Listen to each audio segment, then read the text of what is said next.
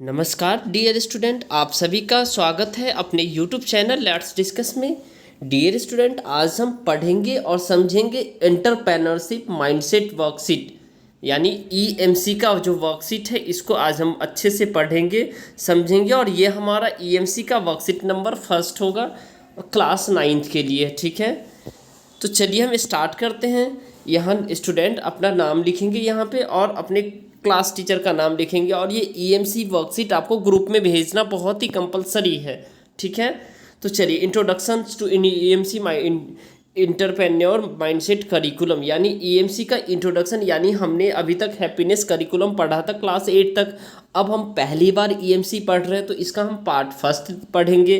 प्रिय विद्यार्थी, आप सोच रहे होंगे कि यह ईएमसी कौन सा नया विषय है। आइए समझते हैं कि यह क्या है और हमें इसकी ज़रूरत क्यों पड़ती है। आने वाले समय में जहां एक तरफ टेक्नोलॉजी का बोलबाला होगा, तो दूसरी तरफ पर्यावरण असंतुलन, अब आपसी असहिष्णुता जैसी समस्याओं से भी हमें जूझना होगा। ऐसे में हमें नई तरह की नौकरियां, व्यवसाय, उद्यमों के लिए खुद को तैयार करना होगा। यानी कि जिस तरह से टेक्नोलॉजी बढ़ रहा है, जिस तरह से पर्यावरण असंतुलन बढ़ रहा है, इस समय में टेक्नोलॉजी के साथ साथ नौकरी की भी ज़रूरत होगी, व्यवसाय की भी ज़रूरत होगी, और पर्यावरण का असंतुलन होगा तो उसमें ज्ञान की ज़रूरत होगी, उद्यमों की ज़रूरत होगी, ताकि हम उसको कंट्रोल कर पाए। राइट, अगर हम अपनी पसंद का काम करने का सोचे तो हमें तो भी अपने को तैयार करना होगा। ऐसे परिवेश में सफल होने के लिए रचनात्मक होकर सोचना और आपसी सहयोग से काम करना होगा, जैसे कि न्योत्तर उद्यमी। ठीक है, एंटरप्रेन्योर उद्यमी इसको कहते हैं। साथ ही एक एंटरप्रेन्योर की तरह सोचने की अन्य क्षमता भी विकसित करनी होगी, जिससे कि हम अवसर पहचान कर कुछ नया करने, कुछ खुद पर भरोसा करने, रिस्क लेने और असफलताओं के पर डटे रहने के लिए,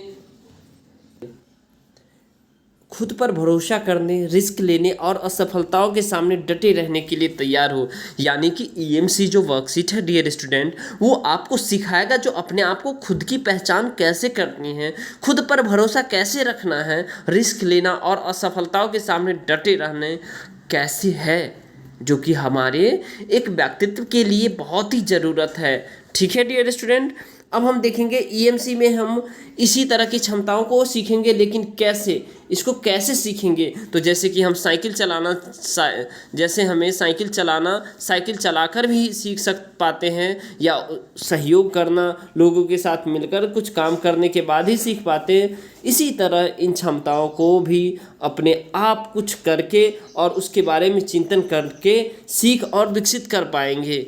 ओके डियर स्टूडेंट, तो देखिए जैसे कि यहाँ पे साइकिल चला करके ही ये बच्चा जो है ना साइकिल चलाना सीख गया है। ठीक है, पहले तो क्या हुआ, बच्चे डर रहा था। ठीक है, धीरे धीरे इसे साइकिल थोड़ा थोड़ा चलाना आया, फिर उसके बाद जो है ना एक दिन ये कम्प्लीटली चलाना आया, और फिर ये अपने आप पे, ये अपने डर पे जीत हासिल कर लिया। ठीक है, तो जिस तरह से आप देख पा रहे हैं, ये एक प्रोसेस होता है। जैसे कि आप किसी को मदद करते हैं, तो एक दिन मदद करेंगे, तो थोड़ा करेंगे, कुछ दिन और बढ़ के थोड़ा और ज़्यादा मदद करेंगे। ठीक है, फिर और थोड़ा ज़्यादा मदद करेंगे, तो ये आपके लिए आप एक धीरे धीरे अधिक मदद करेंगे। कब? जब आपके अंदर जो मदद करने की क्षमता होगी तब। अब हम देखते हैं जो ईएमसी की वर्कशीट में ऐसा करने के कई अवसर बनाए गए हैं। शुरुआत करते हैं अपने बारे में जानने से। सबसे पहले ध्यान ले चलते हैं अपने शरीर की तरफ। डियर स्टूडेंट, ध्यान को ले चलना है, ध्यान देते हैं और अपनी सांसों पर आइए माइंडफुलनेस करते हैं, यानी कि सांस रोक करके और अपने आप में चिंतन मनन करते हैं। ठीक है, आंखें बंद करके। इस गतिविधि को करने के लिए आप किसी परिवार के सदस्य की मदद ले सकते हैं, या नीचे दिए गए निर्देश पढ़कर उनके साथ भी कर सकते हैं। ठीक है, तो चलिए कैसे करना है, स्टार्ट हो जाइएगा। आप भी अपनी आंखें बंद कर लेना है, अपने आसपास से आने वाली आवाज़ों की को अच्छी तरह ध्यान ले जाए। ठीक है, अपनी तरफ अपना ध्यान ले जाए, ध्यान दे कि ये आवाज़ें कहाँ से आ रही हैं। अब ध्यान अपनी सांसों की तरफ ले जाएं और ध्यान दे कि सांस कब अंदर आ रही है, कब बाहर जा रही है, क्या ये सांसें ठंडी है या गर्म है, तेज़ी से आ रही है या आराम से आ रही है। जब ठीक लगे तो आंखें खोल ले, दूसरे को बताए कि आपको कैसा महसूस हो रहा है, हमारे साथ भी अपने अनुभव को शेयर करें।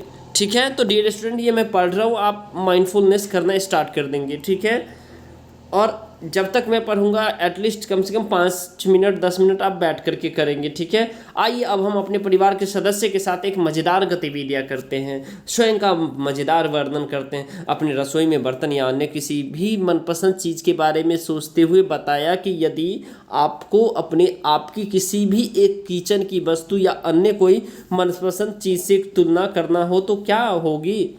रचनात्मक दृष्टिकोण से खुद के बारे में मज़ेदार बातें, गुण, क्षमताएं सोचें और लिखें तो क्या होगी। तो इस का एक उदाहरण नीचे दिया गया है, यानी कि एक उदाहरण दीजिए, देख लीजिए और इस तरह का एक लिख लीजिएगा। डियर स्टूडेंट बहुत ईजी है।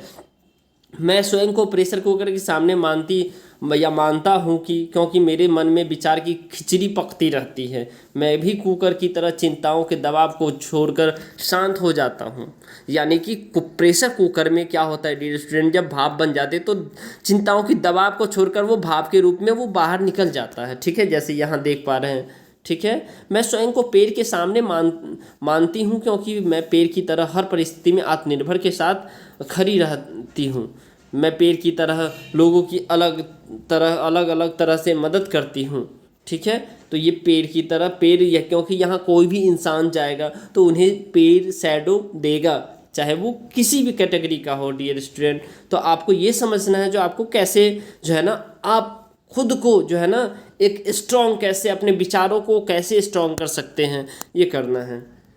ठीक है, अब देखिए, अब आपको करना है स्वयं का मज़ेदार वर्णन। गतिविधि कर लेने के बाद निम्नलिखित प्रश्नों को सोचें और अपने नोटबुक में लिखें। आपके अनुसार यदि यह गतिविधि आपकी किस क्षमता से जुड़ी हुई है, ठीक है, तो आपको वो लिखना है। बहुत ही अच्छा है, आप किस क्षमता से जुड़ी हुई है।